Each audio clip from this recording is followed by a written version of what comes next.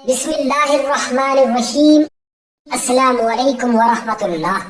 واقعے کو امام حنبل نے نقل کیا ہے۔ ایک دن حضرت سیدہ عائشہ صدیقہ رضی اللہ تعالی عنہا فرماتی ہیں، ایک مرتبہ ایک عورت رسول خدا صلی اللہ علیہ وآلہ وصحبہ وسلم کی خدمت اقدس میں حاضر ہوئی اور وہ عورت اس قدر روئی، میرا جی بھی بھر آیا تو مجھے اس پر ترس آ گیا۔ وہ عورت عرض گزار ہوئی، مجھے ڈر ہے کہ میں ہلاکت میں جا پڑی ہوں، کیونکہ میرا خامد چھوڑ کر کہیں چلا گیا ہے۔ آپ صلی اللہ تعالی علیہ وآلہ وسلم نے فرمایا، اگر تو وہ سب کچھ کرے جس کا میں تجھے حکم دوں تو تیرا شوہر تیرے پاس لوٹ آئے گا۔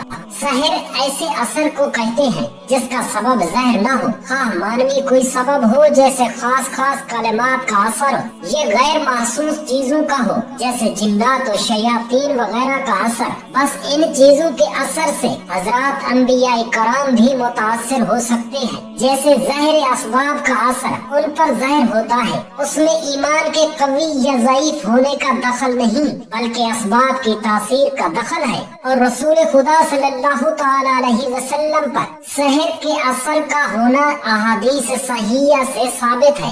حضرت صلی اللہ علیہ وسلم پر لبید یہودی اور اس کی بیوی نے جادو کر دیا تھا۔ اس کے بعد آپ کو ایسا لگنے لگا تھا کہ آپ کسی کام کو کر چکے ہیں جب کیا آپ نے وہ کام نہیں کیا ہوتا تھا، یہاں تک کہ ایک روز آپ نے حق تعالی سے دعا کی، اس پر سورۃ ناس اور سورۃ فلق نازل ہوئی، جن میں ایک کی 5 آیتیں اور ایک کی 6 آیتیں، مجموعہ 11 آیتیں ہیں، اور آپ صلی اللہ علیہ وآلہ وسلم کو وہی سے سحر کا موقع بھی معلوم کرا دیا گیا تھا۔ چنانچہ وہاں سے مختلف چیزیں نکلی جن میں سحر کیا گیا تھا، اور اس میں ایک دانت کا ٹکڑا بھی نکلا جن میں 11 گرہیں لگی ہوئی تھی۔ حضرت جبرائیل امین علیہ السلام سورتیں پڑھنے لگے، ایک ایک آیت پر ایک ایک گرہ کھلنے لگی۔ چنانچہ آپ صلی اللہ تعالی علیہ وسلم مکمل طور پر شفا یاب ہو گئے۔ مزید تفصیل کے لیے روح المعانی در منصور اور شبہات حدیث میں موجود ہے۔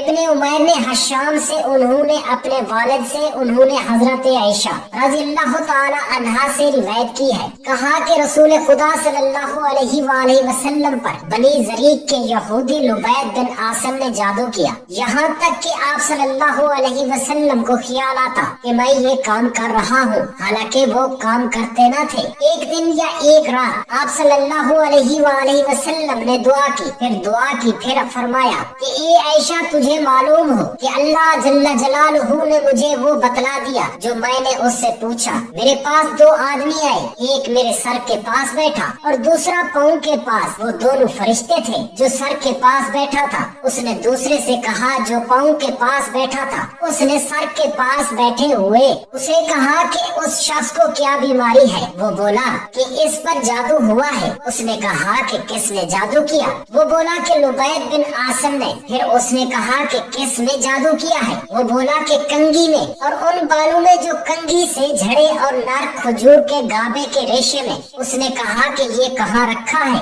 وہ بولا کہ ذی عروان کے کنویں میں۔ ام المؤمنین عائشہ صدیقہ رضی اللہ تعالی عنہا نے کہا، پھر رسول خدا صلی اللہ تعالی علیہ وسلم اپنے چند اصحاب کے ساتھ اس کنویں پر گئے، اور آپ صلی اللہ علیہ وسلم نے فرمایا کہ اے عائشہ، اللہ کی قسم، اس کنویں کا پانی ایسا تھا جیسے مہندی کا زلال، اور وہاں کے کھجور کے درخت ایسے تھے جیسے شیطانوں کے سر۔ میں نے عرض کیا کہ یا رسول اللہ صلی اللہ علیہ وسلم نے اس کو جلا کیوں نہ دیا، یعنی وہ جو بال وغیرہ نکلے؟ آپ صلی اللہ علیہ وسلم نے فرمایا کہ مجھے تو اللہ تعالی نے ٹھیک کر دیا ہے، اب مجھے لوگوں میں فساد بھڑکانا برا معلوم ہوا، بس میں نے حکم دیا اور وہ دفن کر دیا گیا۔ جادو کے متعلق امام حاکم نے المستدرک میں اور ابن کثیر رحمۃ اللہ علیہ نے اپنی تفسیر میں حضرت عائشہ رضی اللہ تعالی عنہا سے ایک واقعہ روایت کیا ہے۔ آپ رضی اللہ تعالی عنہا فرماتی ہیں، رسول خدا صلی اللہ علیہ وسلم کی وفات کے تھوڑے عرصے بعد 2 متات الجندل کے باشندوں میں سے ایک عورت میرے پاس آئی۔ وہ رسول خدا صلی اللہ علیہ وسلم سے مل کر جادو کے متعلق کسی چیز کے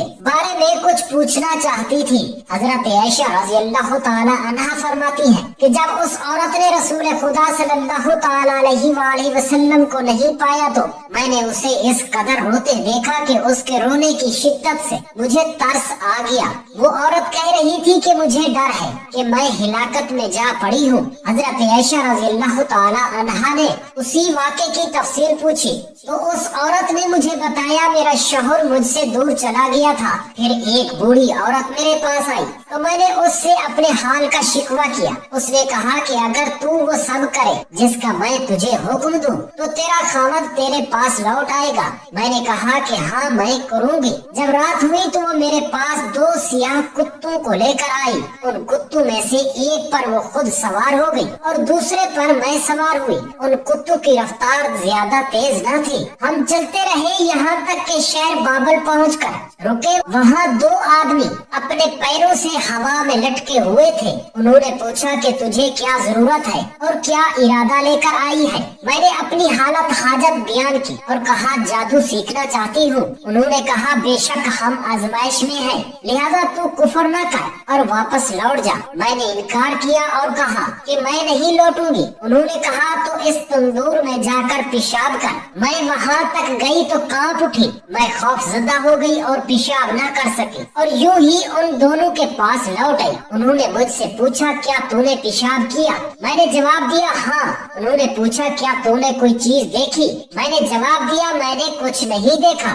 उन्होंने कहा तूने पेशाब नहीं किया, अपने वतन लौट जा और कुफर न कर। मैंने इनकार किया, चुनाचे उन्होंने फिर कहा उस तंदूर तक जा और उसमें पेशाब कर। मैं वहाँ तक गई, फिर मुझ पर कपकपाहट तारी हो गई और मैं डर गई। फिर मैं उनके पास लौट गई। उन्होंने मुझसे पूछा तूने क्या देखा? यहाँ तक कि उसने बताया कि मैं तीसरी मर्तबा गई और तंदूर में पेशाब कर दिया। बस मैंने देखा मेरे अंदर से लोहे की गुल बंद वाला एक घुड़सवार निकला और आसमान की तरफ चला गया। तब मैं उनके पास आई और उन्हें इस बात की खबर दी। उन्होंने कहा तूने सच कहा, ये तेरा ईमान था जो तेरे अंदर से निकल चुका है। अब तू लौट जा। बस हजरत आयशा रज़ियल्लाहु ताला अन्हा ने उस औरत से कहा अल्लाह की कसम मैं इस बारे में कुछ नहीं जानती। और कहा क्या उन्होंने उसके अलावा भी तुझे कुछ बताया है? उस औरत ने जवाब दिया हाँ जरूर बताया है कि आप जो चाहेगी वो हो जाएगा। ये गेहूं यानी गंदम के दाने लीजिए और उनको जमीन में बो दीजिए। चुनाचे मैंने वो दाने ले लिए। उसने कहा निकल आ तो फिर पौधा निकल आए। फिर उसने कहा फसल कट जा तो फसल कट गई। फिर उसने कहा पिस कर आटा बन जा तो आटा बन गया। फिर उसने कहा रोटी पक जा तो रोटी पक कर तैयार हो गई। जब उस औरत ने देखा कि हजरत आयशा रज़ियल्लाहु ताला अन्हा फिर भी कुछ नहीं बोली तो वो मेरे सामने शर्मिंदगी से गिर पड़ी और कहने लगी ए उम्मुल मोमिनीन रज़ियल्लाहु ताला अन्हा मैंने इसके अलावा कभी कुछ नहीं किया। चुनाचे मैंने रसूल खुदा सल्लल्लाहु ताला अलैहि वसल्लम के सहाबा कराम रज़ियल्लाहु ताला अन्हुम से इस बारे में दरियाफ्त किया, लेकिन उन्हें भी इस बारे में मालूम था इस मामले पर क्या कहें। जिस चीज का मुकम्मल इल्म न हो उसके मुतालिक सहाबा अपनी राय देने में एहतियात करते थे। उन्होंने सिर्फ इतना कहा अगर आपकी वालिदैन या उनमें से कोई भी हयात हो तो वो आपके लिए काफी है। इस वाक़े के पेश नजर हकीकत में बात ये है कि फारूक मारूत को अल्लाह ताला ने खैरुल शर और कुफ्र और ईमान का इल्म दे दिया था। वो हर एक कुफ्र की तरफ झुकने वाले को नसीहत करती और हर तरह रोकते। जब वो नाम था तो उससे वो मखसूस कलिमात कह देते जिससे उसका नूर ईमान जाता रहता और वो ईमान से हाथ धो बैठता और उसे जादू आ जाता। और यही उस औरत के साथ हुआ था। इमाम बुखारी ने अपनी सही हदीस में नकल किया है कि उम्मुल मोमिनीन सैयदा आयशा सिद्दीका रज़ियल्लाहु ताला अन्हा पर उनकी लौंडी ने जादू किया तो उस लौंडी को कत्ल कर दिया गया था। इमाम मोहम्मद रहमतुल्लाह अलैहि ने भी अपनी मोता में ये नकल किया है। वो फरमाते हैं कि उम्मुल मोमिनीन रज़ियल्लाहु ताला अन्हा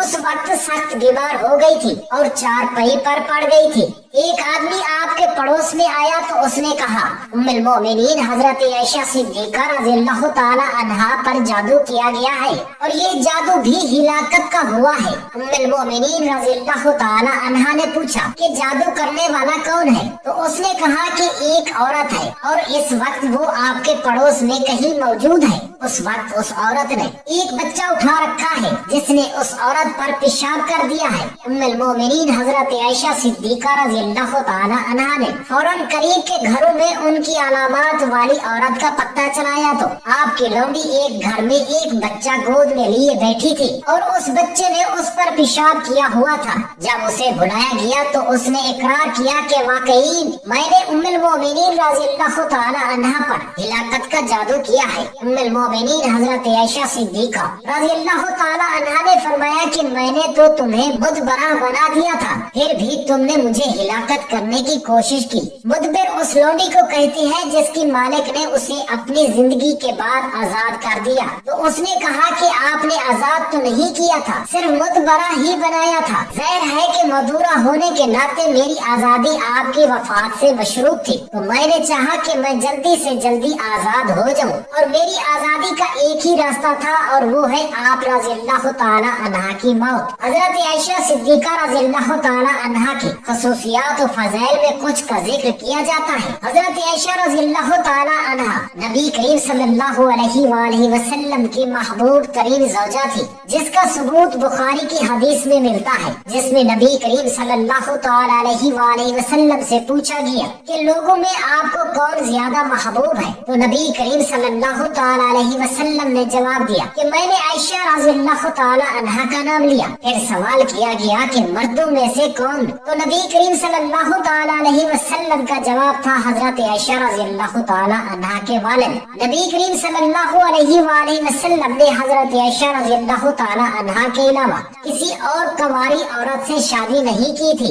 ये भी खसूसियत है कि हजरत आयशा रज़ी अल्लाह ताला अन्हा के लिहाफ में नबी करीम सल्लल्लाहु ताला अलैहि वसल्लम पर वही का नुज़ूल होता था, उनके अलावा किसी और बीवी के लिहाफ में कभी वही नाजिल नहीं हुई। हजरत आयशा सिद्दीका रज़ी अल्लाह ताला अन्हा की खसूसियत है कि जब अल्लाह ताला ने आयत तख़यील नाज़िल फरमाई और नबी करीम सल्लल्लाहु अलैहि वसल्लम ने उसकी इब्तिदा हजरत आयशा सिद्दीका रज़ी अल्लाह ताला अन्हा से करते हुए उन्हें इख्तियार देते हुए फरमाया जल्दबाजी से काम ना लो बल्कि अपने वालिदैन से मशवरा ले लो, तो हजरत आयशा सिद्दीका रज़ी अल्लाह ताला अन्हा ने जवाब में कहा क्या मैं इस मामले में अपने वालिदैन से मशवरा लूं? तो बिला शक अल्लाह ताला और उसके रसूल और दारुल आखिरत चाहती हूँ। तो बाकी अज़वाज मुतहरात ने भी हजरत आयशा सिद्दीका रज़ी अल्लाह ताला अन्हा की पैरवी की। उनकी ये भी खसूसियत है कि अल्लाह सुब्हानहू व तआला ने उन्हें अहले उफ़ के बेहताल से बरी करके उनकी बारात वही नाज़िल फरमा दी थी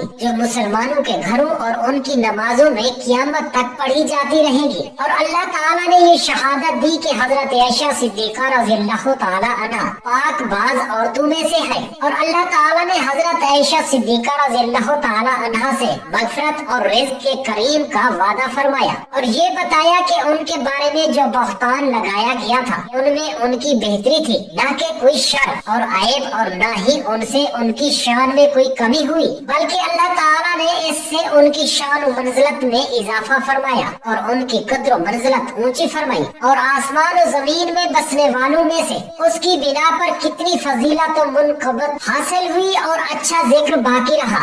उनकी ये भी खसूसियत है कि जब सहाबा कराम रज़ी अल्लाह ताला अन्हुम में से किसी एक पर किसी मसले में इश्काल पैदा हो तो वो हजरत आयशा सिद्दीका रज़ी अल्लाह ताला अन्हा से पूछते थे तो वो हल हो जाता था। हजरत आयशा सिद्दीका रज़ी अल्लाह ताला अन्हा की खसूसियत है कि नबी करीम सल्लल्लाहु ताला अलैहि वसल्लम हजरत आयशा रज़ी अल्लाह ताला अन्हा के घर में उनकी बारी वाले दिन उनकी गोद में वफात पाई और उनके घर में दफन हुए। शादी से कबल ख्वाब में नबी करीम सल्लल्लाहु ताला अलैहि वसल्लम को फरिश्तों ने हजरत आयशा सिद्दीका रज़ी अल्लाह ताला अन्हा की एक रेशमी कपड़े में लिपटी हुई तस्वीर दिखाई थी। तो नबी करीम सल्लल्लाहु ताला अलैहि वसल्लम ने फरमाया कि अगर ये अल्लाह ताला की जानिब से है तो अल्लाह ताला इससे पूरा करेगा। उनकी खुसूसियात में से ये भी है लोग हजरत आयशा सिद्दीका रज़ी अल्लाह ताला अन्हा की बारी वाले दिन नबी करीम सल्लल्लाहु ताला अलैहि वसल्लम को तोहफे तहफ़ भेजकर नबी करीम सल्लल्लाहु ताला अलैहि वसल्लम की खुशी हासिल करते थे, इसलिए कि आप अपनी महबूब तरीन ज़ौजा के घर में होते थे। हजरत तमीम रज़ी अल्लाह ताला अन्हु से रिवायत है